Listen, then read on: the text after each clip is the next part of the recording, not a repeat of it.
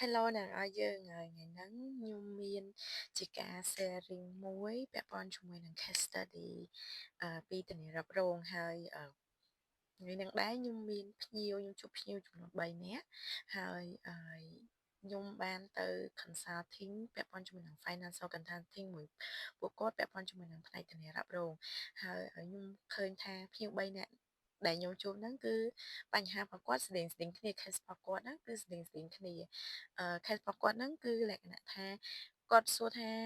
ហេតុអីបានគាត់មាន fixed deposit ហើយនៅធនាគារហើយគាត់ចាំបាច់មានធានារ៉ាប់រងបន្ថែមទៀតធ្វើអីចម្លើយងាយៗអ្នកនរយើងគឺជាការ financial protection គឺជាការការពារទៅលើហិរញ្ញវត្ថុរបស់យើងដោយសារខ្ញុំអាចជឿជាក់បានថា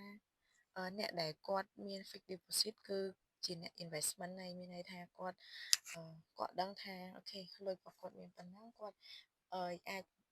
ដាក់ចូលនៅក្នុង deposit របស់គាត់ហ្នឹងគឺដើម្បីបានការប្រាក់កាត់កូនកាត់ចៅនៅក្នុងហ្នឹងទៅ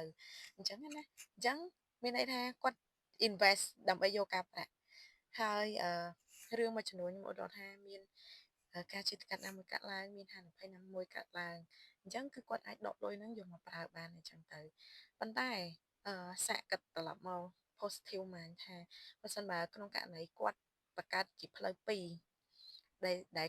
ខ្លួនគាត់មាន fixed deposit ហើយគាត់មានអា emergency account មួយទៀតពាក់ព័ន្ធជាមួយនឹងការឈឺថ្កាត់ណាមួយកើតឡើងគឺគាត់នឹងមានលុយប្រហាក់ប្រហែលជាមួយនឹង deposit របស់គាត់ខ្ញុំឧទាហរណ៍ថាគាត់មាន100000 fixed deposit ហើយគាត់មានការប្រាក់ like ឆ្នាំ5%អីចឹងទៅគាត់បានមួយឆ្នាំ500អីចឹងទៅអញ្ចឹងគាត់គ្រាន់តែយក amount នៃការប្រាក់របស់គាត់នេះបង្កើតជាគេហៅថាការការពារតុលាហិរញ្ញវត្ថុទៅលើការឈឺថ្កាត់ហ្នឹងអញ្ចឹងគាត់អាច convert បានរហូតដល់50000ក៏100,000 5 10,000អីទៅតាម package ដែលគាត់រើអីចឹងទៅត្រឡប់មកវិញបើសិនបើក្នុងករណីគាត់មានរឿងទាំងអស់ហ្នឹងគឺគាត់មានជំរើសច្រើនទីមួយគាត់មាន fixed deposit របស់គាត់ទីពីរគឺគាត់អត់ចាំបាច់ដកលុយ fixed deposit របស់គាត់មកទេគឺគាត់អាចប្រើលុយធានារ៉ាប់រងបានអញ្ចឹងណាហើយធានារ៉ាប់រងវាមានច្រើនប្រភេទអ្នកនរអគ្នាអញ្ចឹងវាមានច្រើនអញ្ចឹង should be